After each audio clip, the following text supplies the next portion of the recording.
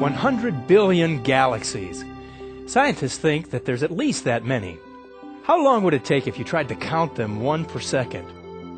More than 300 years. Now that's hard to comprehend. But have you ever looked into that starry sky and wondered, why am I here? That may be hard to comprehend as well, but we should know the answer. We have to start from the beginning, though, to answer the ultimate question. Does God exist? Is He real? Does He really live? Stay tuned to Beyond Today as we look at the real evidence. Does God exist?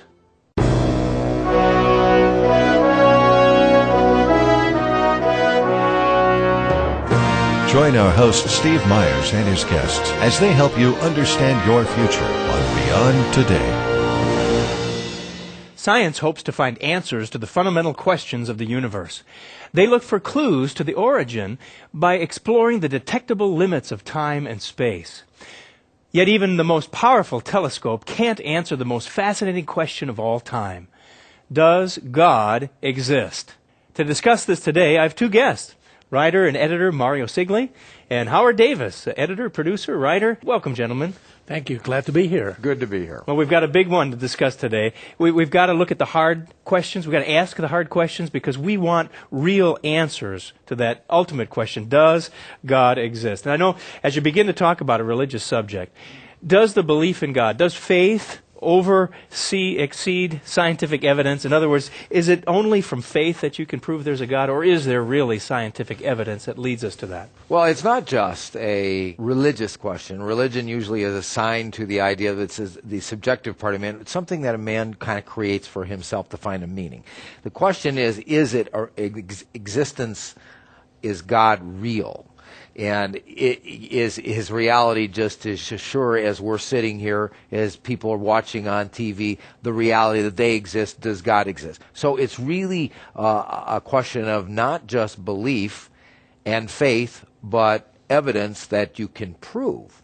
And so it is all wrapped into a larger issue of reality. So we should be able to see things that lead us in that direction. Yes, it's like flying over here. We had faith in an airplane. Now, we might never have seen who designed and built it, but we have faith that planes do fly, and so faith is not separated from science. It is united. In other words, our faith should be based on solid evidence. And so in a sense, we're saying the evidence should lead us even to be more faithful. Would that be fair? Well, everybody actually has faith in the human mind's ability to perceive reality. And it takes you not too long to figure out when everybody else is flying that this thing's got to be real. Now, I did not take that kind of engineering. I went to university, and I lived in Seattle when I was younger for a long time, and I watched them build the 747 in Everett. And I thought it was fascinating. Took a tour of the plant up there, 6 million parts. I have confidence they knew exactly what they were supposed to do. I don't understand the whole thing. So it did boil down to faith that they knew what the hard evidence is. Now, when we take a look at does God exist, we have to look at all the hard evidence and ask logically the question, how does everything exist without someone that made it? And the logical human mind that backs up, looks at the whole forest, all the trees in place, has to say, yep, there was a cause, this is the effect, it is the creation. So is it fair to say then science lends itself to faith, that it lends itself to creation? Yes, because science provides the evidence for our faith in God. The creation is linked to a creator. So they're not separate. Right. I can't see electricity. I can see what electricity does. I know it's powerful. And I've studied electricity. We're able to communicate with the public right now because electricity exists, but nobody really knows what it is. It is invisible, and it is powerful. Well, we know by evidence that we can tell a lot about it. Same thing with God. And we have to realize that these kinds of big issues are logic based on things we can't see. All right, let's get more specific then. Let's really get right down to some proofs, concrete scientific proofs, things that we can really see that show there is a creator. Yes, that's why the first proof about a creator is that creation requires a creator. Something cannot come out of nothing. And so we do have to have a beginning. And we do. And some would argue with that, of course. What about that beginning? Yes. When they look at, was there a beginning? Well, science does know by physics and calculation of space-time and the creation of energy and matter that it had a beginning. They know that before the beginning, there was nothing as we know it. Mm-hmm. It was, we know, something. Now, that's where you talk about the existence of God, the Bible picks up. In the beginning was God, and that was before He spoke and everything existed. So there was something before, but we put the name, and the Bible itself puts the name God on that power before. Right, so this creator, with the creation, He made the creation. Scientists back that up as well? Not all of them are going to accept that there is a creator behind the creation. And for many centuries, people thought that the creation was something eternal. And certainly that was what scientists thought of that day. But now they have shown that the creation does have a beginning, what they call the Big Bang. And before that Big Bang, they know there wasn't anything. So the beginning of creation requires something to have created it. Creation could not have created itself. It had to come from something. Had to come from a creator. And that's why the great philosopher who said God was dead, not because there wasn't plenty of evidence, he said, I don't want to believe in Him. He did say, as long as you can think logically, you are going to come to the conclusion there is a God. I just don't want to think logically. And he went insane, quite literally. Now that reminded me, wasn't there a scientist that was a devout atheist? Yes. Recently. Just this last year, Sir Anthony Flew, British philosopher, a very renowned atheist. He was one of the major brains behind atheistic philosophy, and he had to admit, with the evidence of DNA and all of that information inside cells, he could not explain it without a creator being involved. And so he renounced his atheism, which of course was very badly taken by the humanist ideas of not having a creator, but he had the intellectual honesty to face the facts and to admit that all this leads to a creator. So if you're really intellectually honest, like you say, right, it leads you to see there is a creator behind the creation. Well, and Steve, you in the introduction said that there are at least 100 billion galaxies. Well, we now know through science and through the fabulous Hubble telescope, and you just recently were in Hawaii at one of the largest telescopes in the world, and you were explaining this to me, Mario, that they now know the nature of the universe, that it is expanding, and it is like, literally, it says, from 2,500 years ago in the prophet Isaiah, in chapter 40, it says, God stretched the heavens like a curtain. And now, literally, we know through sort of the mind of mathematics, and then what we see, that that's what's happening. Out 16 billion light years at least, this universe of all these galaxies are expanding like a curtain, and it's accelerating. Right now, everything is getting faster and faster as it expands. So as we look at the language of the Bible, actually, this is 2,500 years ago, is a perfect description of what science is now arriving through the logic of physics, astrophysics. I might add, too, that now they've discovered that the universe is actually very flat in its form. They've been able to plot all the galaxies, and it is very similar to a curtain, which you know is a flat piece of cloth hanging on something. So even in that way, you again see, how could the Bible have known all of these things? How could a prophet of that time have come up with the accurate evidence that now scientists are discovering? And so science now is finding out what the Bible knew long ago, that Right. God did create things. Well, there is concrete evidence. If someone asked you to prove that God exists, what would you say? Stay tuned for more evidence. Does God exist? From the planets and the vastness of mysterious space, what can we reason? How can we not consider the case for a creator? After all, you can only find the right answers if you ask the right questions. Who is behind the power, the beauty, the order, and the stunning complexity of nature? Here we can meet God with an open mind. These are the pathways through the cascade of wonders all around us to lead us to understand who it is that made it all possible, made it all happen, made it for you. With answers too priceless to pay for, call 1-888-886-8632 or go to beyondtoday.tv to get your free copy of Does God Exist? Be sure. We've got an exciting booklet that you need. Does God Exist? You'll have the proof spelled right out for you here. It'll help guide you through the evidence that there is a God. And we've been talking about that quite a bit today. Get on the internet, beyondtoday.tv. You can download it immediately and start reading and looking at the true evidence that's right there before our eyes. Now, we've been talking about that first proof that creation does demand a creator, and that scientifically you can prove it. Now, what about other things? What about the fact that there's all these fantastic ways that things work together? Is there another proof that God does exist? Yes, the second proof is that law requires a lawgiver, that law is necessary and it exists in the universe. Well, how did the laws come into existence? Did they come by themselves? So certainly we see that because we have so many laws, and so far scientists have discovered 323 different laws that govern the universe. Some of these are like the law of gravity, the law of absolute zero, which controls the temperature.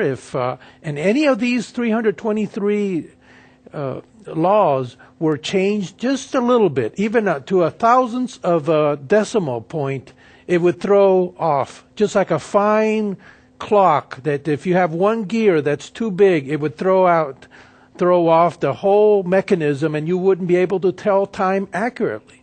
So the existence of law is another one of those proofs. There are some laws that within the way the law actually is stated and the logic of the law, because all laws are actually ways to express the logic of part of the creation, is the actual proof God exists. For instance, there's something called the laws of thermodynamics, and one is the law of entropy. And that means that you start out at any point in time with some energy, and over time energy gets less and less and dissipates, and things get more and more random. It's sort of like my kids' bedrooms. They never get cleaned and organized unless the parent comes in and tells them logically this is to go here, there, and whether. Otherwise, it's chaos. This is the way the universe is. Now, in order to get a lot of energy invested, we know logically something put it there, because it just doesn't happen. You had to have some bigger form of energy and more organization to create the initial organization. Nothing organizes it by itself. This proves a creator that is designing, that has power in order for these things to happen. Now, scientifically, other things? Yes, I'd like to first of all also use an illustration of the winding up of a clock. And the universe is this way, that it has been losing its power, initial power. It's been deteriorating as energy dissipates. You no longer can do as much. But who wound up this initial clock of the universe? It couldn't have wound itself up. And so these laws are there. They work harmoniously. They help us become human beings as we see. They keep human beings on the planet of the earth through gravity. And you have to have a superior being that brought all of this in carefully, what they call nowadays fine-tuning of the universe. People are so used to the brilliance of American and Western technology, European, the Japanese, now the Chinese technology. We're so used to this brilliance, we think it just happens. Well, it doesn't. Technology itself proves a God exists, because every one of our technical advancements comes by implementing these laws that are built into the creation. And you can count on them. We can engineer a bridge 10 miles long and it won't collapse. We can create a spaceship that can go to the moon and back. We can create a 747. That's because you can count on these laws. And we take these for granted. These are a proof of this designer, this lawgiver. It's very interesting that, evolutionists begin with the laws already existing, but they can never explain where these laws initially came from. So they start off already with everything functioning and matter and energy there and all of these wonderful laws. So it's not fair for them to say, well, God doesn't exist, and at the same time say, but we don't have to worry about the laws. They have been around. They're just there already. Yes. Well, when you talk about the laws, that seems to lead us to life, that in order to have a regulated kind of life, there's got to be these laws, and that the law where does life come from? Right. Well, Mario's statement about it's not fair because they already start these evolutionists that want to deny there's a creator behind life. They also are denying fundamental reality. They're irrational in the assertion that there is an organization, and when it comes to life, this is the primary way in which they are the most irrational. Yeah, and where does life come from? That's right. Well, we know this law of biogenesis is that life only comes from pre-existing life. So we know that it is a never. Third proof then. That's life comes from life. Proof. And so we absolutely scientifically know through 200 years of trying to look at every potential case where something would come from nothing. Life would just spontaneously happen, that it has never been observed. And real science is all based on evidence. And the evidence is that life only comes through life, which means a life giver. Ultimately, someone that got it going, breathed the first life in. And Mario was talking recently in another program I was doing with him. He said that there were some experiments done, and they tried to throw electricity, it was 40, 50 years ago, throw electricity at little sort of concoctions. And all they got was mud or tar, right? So you need life to generate That's life, right. Ultimately pointing back to God. We got a lot of scientists trying to create life from nothing, and they can't do it. So when you look at the proof, there are ways that you can prove that God exists. We've looked at 3 of them already. Can you think of other ways that you can prove that God exists? We're going to examine some of those things, so stay with us. Does God exist? How can we not consider the case for a creator? After all, you can only find the right answers if you ask the right questions. Who is behind the power? Understand who it is that made it all possible, made it all happen, made it for you. Call 1-888-886-8632 or go to beyondtoday.tv to get your free copy of Does God Exist? Be sure. How to be a successful family is not a mystery to the readers of the Good News magazine. It will support you, too, with timely information and the inspiration to keep your life on track. Understand the best lifestyles for you and your family's success.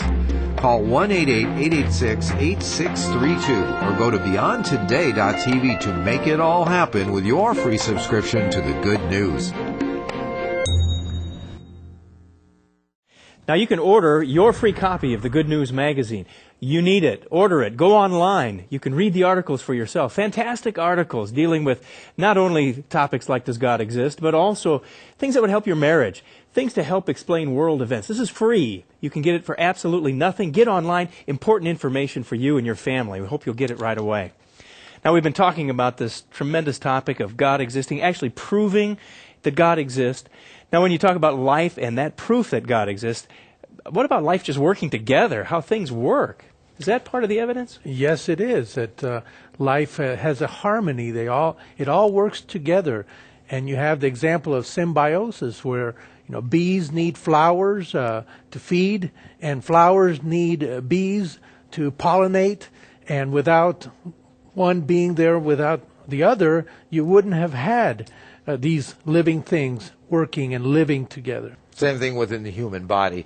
If the brain doesn't operate, nothing works. If the heart doesn't operate, this is a system. Everything works together. When you look at the way life is actually created, it means somebody designed a system that all of a sudden was created and functioning with billions of elements. Billions, because there are 100 trillion cells in our bodies, and they're made up of basically the same material, but they turn into heart, they turn into knees, they turn into brains, they turn into eyeballs, things like this. It's amazing, and it's all harmonious. And without all those things working together, man couldn't exist. Yeah. Now, what about the way that the species are organized? Is there any proofs in that creation regarding to that? There's the proof that life reproduces according to its own kind. It does not change its kind. And so we have of the Earth's more than 1 million types of species. You have frogs reproducing into frogs. They don't reproduce into salamanders. They don't reproduce into cows. And you see this pattern throughout life, that it was carefully designed so that you always are going to have the child coming from the parent, and that they both are carrying the same genetic information. No, that's in the Bible, right? Doesn't God say that? That is actually written between 2,000 and 4,000 years ago, parts of the Bible that describe the very beginning, and the language, of course, is broader, but it is perfect science, perfectly revealed by our modern technology. Now, how can you tie that then back into the Bible as a proof of God existing? Well, can we do that? You do once you start talking about the God's involvement in human history, because the Bible is a sort of a description of God starting to speak into human history. And of course, a lot of that is prophecy, isn't it? What about prophecy? Is that part of it? Yes, it is. That's another one of the proofs that God exists, that He was able to predict things and to record them in the Bible, and then you have historical evidence of those prophecies being fulfilled. So that's predictions made before the events actually happened that were recorded, and then those events actually came about. Yes, there are over 2,000 prophecies in the Bible. And by the way, no other religious book proclaims it has prophecies.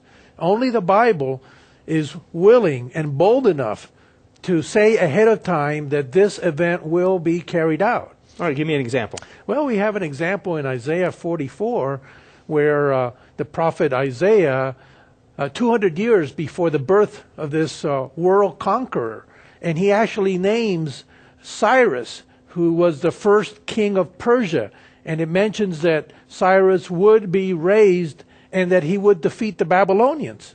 Now, during Isaiah's day, the Babylonians were the top power. The United States of the time, weren't they, really? Yes. And the Persians were a small nation, certainly nothing to challenge it. And 200 years later, King Cyrus appears in the world scene. He defeats the Babylonians, and curiously enough, the Jewish people had been captured. They were in captivity in Babylon. And they had the prophecy of Isaiah. And according to the historian Josephus, the priests actually were able to show King Cyrus his name in this prophecy, and mentioned that it impressed King Cyrus so much that he showed favor to the Jewish people and allowed them to come back to their homeland. And that is when they established themselves after that Babylonian captivity. So literally you had history given in advance and it came about. Well, and we have so many examples, and this is why people today tend to believe in the Bible and Bible prophecy in the United States. There's so many Bibles around, because Jesus predicted that in the last days, Jews would be in Jerusalem for 2,000 years. They weren't. And here they are, 1948, they're back there, and the United States keeps them there. So it's a very real, this is 2,000 years specifically, these people wiped out, and then they wind up in control of the very city Jesus said 2,000 years ago. And this goes all the way back to Abraham. That's why the Arabs, for instance, are a proof, 4,000-year-old prophecies from the prophet Abraham. They all are fighting Jews now, and 4,000 years ago, prophecies were made. You can read them in your Bible, that down at the end of history, Jews, the descendants of this tribe called Judah, and then Abraham's descendants of Ishmael, would be fighting one another for control of the world. And here that they was are. 4,000 years ago. So this is pretty convincing proof to anybody with an open mind of a supernatural God, because nobody writes the news in advance. All right, let's say that's not enough. Okay, Yeah. Give me a couple examples. Anything more? What about that, Mario? Yes, there are over 50 specific prophecies in the Old Testament about Jesus Christ and what he was going to go through, what town he would be born in, the prophets in the Old Testament. Right down to specific incidents. Yes, Is that right? Yes, it does mention about Bethlehem. That's why King Herod was able to ask the Jewish scribes, where was the Messiah supposed to come? And they could just look it up. Exactly, and they said, well, it was in Bethlehem, and that's where Jesus Christ. And of course, then Herod sent those soldiers to kill all the little young children. So here, if he didn't have the prophecy, he wouldn't have had any idea where to go. Mm-hmm. And even that prophecy that said that they would be killed was even 500 years old, 600 years old. That all the babies would be killed when Jesus would be a baby himself. Just all right there. It proves it. Now, with all those proofs, we looked at all of these different examples of the creation demanding a creator and the laws, and we went down through all these different examples. When you look at all that, you put the whole package together, you've got to come to the conclusion of asking, why would a creator do this? Well, that's the most fascinating question of all, and the most important, and that there is a purpose that we were born. We are not cosmic accidents. We came to be here on this earth with all of these wonderful laws focusing like a little cradle so that man could arise and fulfill a purpose that the Creator has. An incredible purpose that few human beings, even religiously minded, have any idea that God is building a family, a spiritual family that He wants to share the universe and eternity with all of us. What greater news is that? That is fantastic news. In fact, there's so much to the story. Stay tuned as we wrap things up. Does God exist? How can we not consider the case for a creator? After all, you can only find the right answers if you ask the right questions. Who is behind the power? Understand who it is that made it all possible, made it all happen, made it for you. Call 1-888-886-8632 or go to beyondtoday.tv to get your free copy of Does God Exist? Be sure. The creation isn't an accident. It takes more faith to believe in evolution than to believe in God. Intricate, interdependent life is impossible without a divine designer. It was the Creator who put physical and spiritual laws into effect. He created life that can only come from life. And science itself knows that life can only reproduce after its own kind, just exactly like your Bible states. The Bible itself is evidence of the fact that God exists, because it's true, it's accurate as it deals with history, the physical world, and prophecy itself. The good news is God does exist. And you can continue to prove it. Go right now. Go to the website and order our literature. It'll help you in your studies. Men, thanks for being with me today. I enjoyed very much being here. Great to be here. Now, when you remember this program, you look to your future, think of us at Beyond Today. Thanks for watching.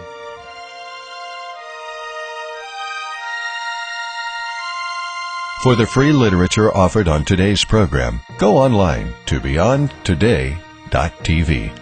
Please join us again next week on Beyond Today.